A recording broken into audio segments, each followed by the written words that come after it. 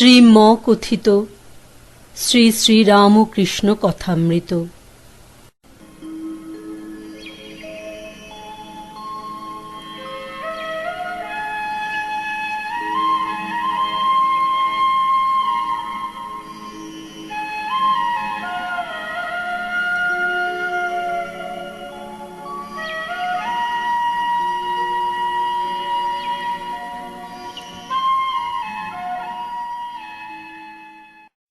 চতুর্থ পরিচ্ছেদ।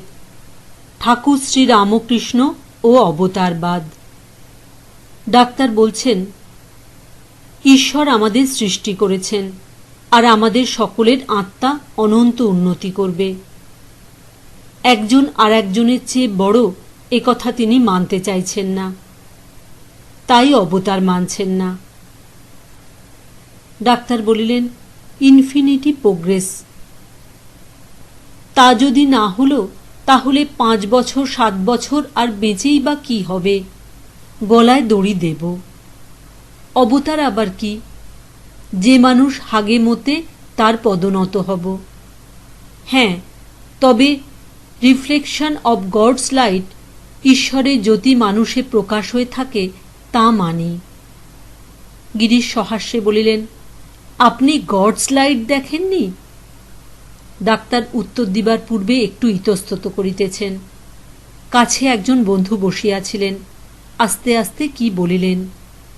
ডাক্তার বলিলেন, আপনিও তো প্রতিবিম্ব বই কিছু দেখেন নাই। গিরিশ বলিলেন, I see it, I see the light.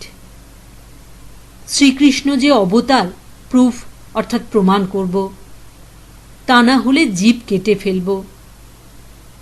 বিকারী রোগী বিচার, পূর্ণ জ্ঞানে বিচার বন্ধ হয়। শ্রী রামকৃষ্ণ বলিলেন, এসব যা কথা হচ্ছে এ কিছুই নয়, এসব বিকারের রোগীর খেয়াল। বিকারের রোগী বলেছিল, এক জালা জল খাবো, 1 হাঁড়ি ভাত খাবো।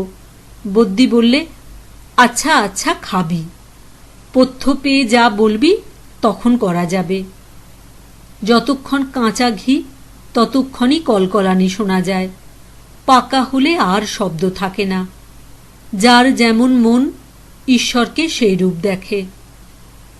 আমি দেখেছি বড় মানুষের বাড়ির ছবি, কুইনের ছবি, এই সব আছে, আর ভক্তের বাড়ি ঠাকুরদের ছবি। লক্ষণ বলেছিলেন, রাম যিনি স্বয়ং বশিষ্ঠদেব, তাঁর আবার পুত্র শোক। রাম বললেন, ভাই, যার জ্ঞান আছে তার অজ্ঞানও আছে, যার আলো বোধ আছে তার অন্ধকার বোধও আছে।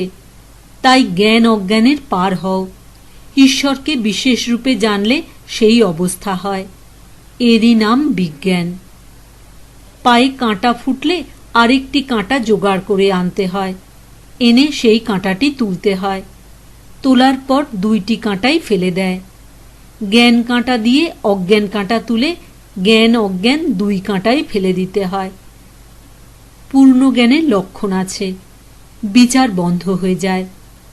যা বললুম, কাঁচা থাকলেই ঘিয়ের কলকলানি। ডাক্তার বলিলেন, পূর্ণ জ্ঞান থাকে কই? সব ঈশ্বর। তবে তুমি পরমহংসগিরি করছো কেন? আর এরাই বা এসে তোমার সেবা করছে কেন? চুপ করে থাকো না কেন? শ্রী রামকৃষ্ণ সহাস্যে বলিলেন, জল স্থির থাকলেও জল, হেললে দুললেও জল, তরঙ্গ হলেও জল। মাহুত নারায়ণ।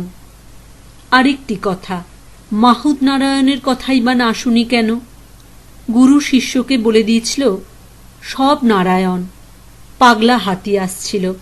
শিষ্য গুরুবাক্য বিশ্বাস করে সেখান থেকে সরে নাই। হাতিও নারায়ণ। মাহুত কিন্তু চেঁচিয়ে বলছিল, সব সরে যাও, সব সরে যাও। শিষ্যটি সরে নাই। হাতি তাকে আছাড় দিয়ে চলে গেল, প্রাণ যায় নাই। মুখে জল দিতে দিতে জ্ঞান হয়েছিল। যখন জিজ্ঞাসা করলে, কেন তুমি সরে যাও নাই? সে বললে, কেন, গুরুদেব যে বলেছেন সব নারায়ণ। গুরু বললেন, বাবা, মাহুত নারায়ণের কথা তবে শুনো নাই কেন? বাবা, মাহুত নারায়ণের কথা তবে শুনো নাই কেন? তিনি শুদ্ধ মন শুদ্ধ বুদ্ধি হয়ে ভিতরে আছেন। আমি যন্ত্র, তিনি যন্ত্রী। আমি ঘর, তিনি ঘরণী। তিনিই মাহুত নারায়ণ। ডাক্তার বলিলেন, আরেকটি বলি, তবে কেন বলো, এটা সারিয়ে দাও। শ্রীরামকৃষ্ণ বলিলেন, যতক্ষণ আমি ঘট রয়েছে ততক্ষণ এইরূপ হচ্ছে। মনে করো মহাসমুদ্র, অধ ঊর্ধ্ব পরিপূর্ণ, অধ ঊর্ধ্ব পরিপূর্ণ। তার ভিতর একটি ঘট রয়েছে, ঘটের অন্তরে বাহিরে জল। কিন্তু না ভাঙলে ঠিক একাকার হচ্ছে না। তিনি এই আমি ঘট রেখে দিয়েছেন। আমি কে? ডাক্তার বলিলেন, তবে এই আমি যা বলছো এগুলো কি? এর তো মানে বলতে হবে। তিনি কি আমাদের সঙ্গে চালাকি খেলছেন? গিরিশ বলিলেন, মহাশয়, কেমন করে জানলেন চালাকি নয়? শ্রীরামকৃষ্ণ সহাস্যে বলিলেন, এই আমি তিনিই রেখে দিয়েছেন। তাঁর খেলা, তাঁর লীলা। এক রাজার 4 বেটা, রাজার ছেলে, কিন্তু খেলা করছে। কেউ মন্ত্রী, কেউ কোটাল হয়েছে। এই সব রাজার বেটা হয়ে কোটাল কোটাল খেলছে। ডাক্তারের প্রতি বলিলেন, শোনো, তোমার যদি আত্মার সাক্ষাৎকার হয় তবে এই সব মানতে হবে। তাঁর দর্শন হলে সব সংশয় যায়। জ্ঞানযোগ ও শ্রীরামকৃষ্ণ। ডাক্তার বলিলেন, সব সন্দেহ যায় কই? শ্রীরামকৃষ্ণ বলিলেন, আমার কাছে এই পর্যন্ত শুনে যাও। তারপর বেশি কিছু জানতে চাও তাঁর কাছে একলা একলা বলবে। তাঁকে জিজ্ঞাসা করবে কেন তিনি এমন করেছেন। ছেলে ভিখারিকে 1 কুনকে চাল দিতে পারে।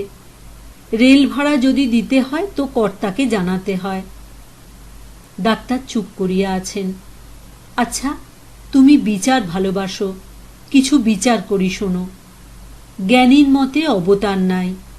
কৃষ্ণ অর্জুনকে বলেছিলেন, তুমি আমাকে অবতার অবতার বলছো, তোমাকে একটা জিনিস দেখাই, দেখবে এসো। অর্জুন সঙ্গে সঙ্গে গেলেন। খানিক দূরে গিয়ে অর্জুনকে বললেন, কি দেখতে পাচ্ছ? অর্জুন বললেন, একটি বৃহৎ গাছ, কালো জাম থলো থলো হয়ে আছে।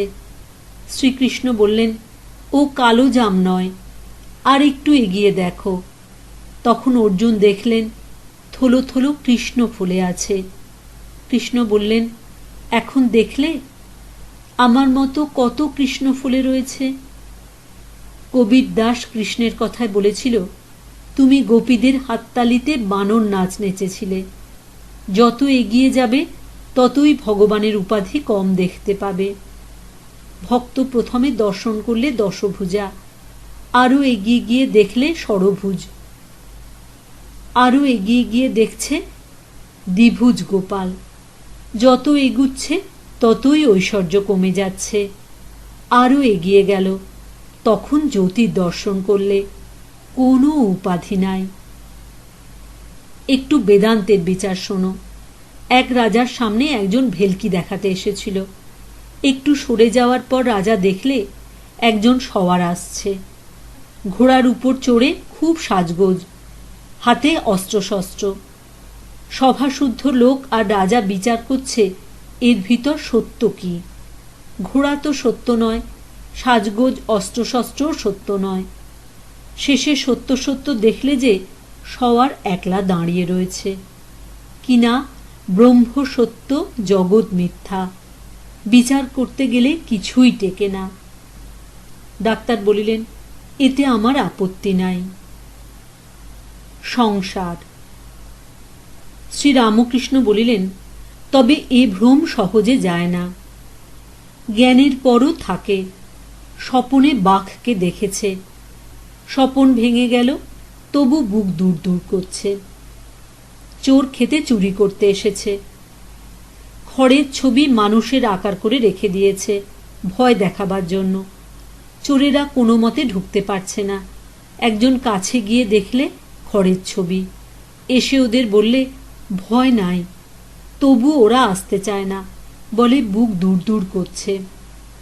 তখন ভুঁয়ে ছবিটাকে শুইয়ে দিলে আর বলতে লাগলো, এ কিছু নয়, এ কিছু নয়, নেতি নেতি। ডাক্তার বলিলেন, এসব বেশ কথা। শ্রীরামকৃষ্ণ সহাস্যে বলিলেন, হ্যাঁ, কেমন কথা? ডাক্তার বলিলেন, বেশ। শ্রীরামকৃষ্ণ বলিলেন, একটা থ্যাংক ইউ দাও। ডাক্তার বলিলেন, তুমি কি বুঝছো না মনের ভাব? আর কত কষ্ট করে তোমায় এখানে দেখতে আসছি। শ্রীরামকৃষ্ণ সহাস্যে বলিলেন, না গো, মূর্খের জন্য কিছু বলো। বিভীষণ লঙ্কা রাজা হতে চায় নাই, বলেছিল, রাম, তোমাকে পেয়েছি, আবার রাজা হয়ে কি হবে? রাম বললেন, বিভীষণ, তুমি মূর্খদের জন্য রাজা হও। যারা বলছে তুমি এত রামের সেবা করলে তোমার কি ঐশ্বর্য হলো, তাদের শিক্ষার জন্য রাজা হও। ডাক্তার বলিলেন, এখানে তেমন মূর্খ কই? শ্রীরামকৃষ্ণ সহাস্যে বলিলেন, না গো, শাঁকও আছে, আবার গেঁড়ি গুগলিও আছে। সকলের হাস্য।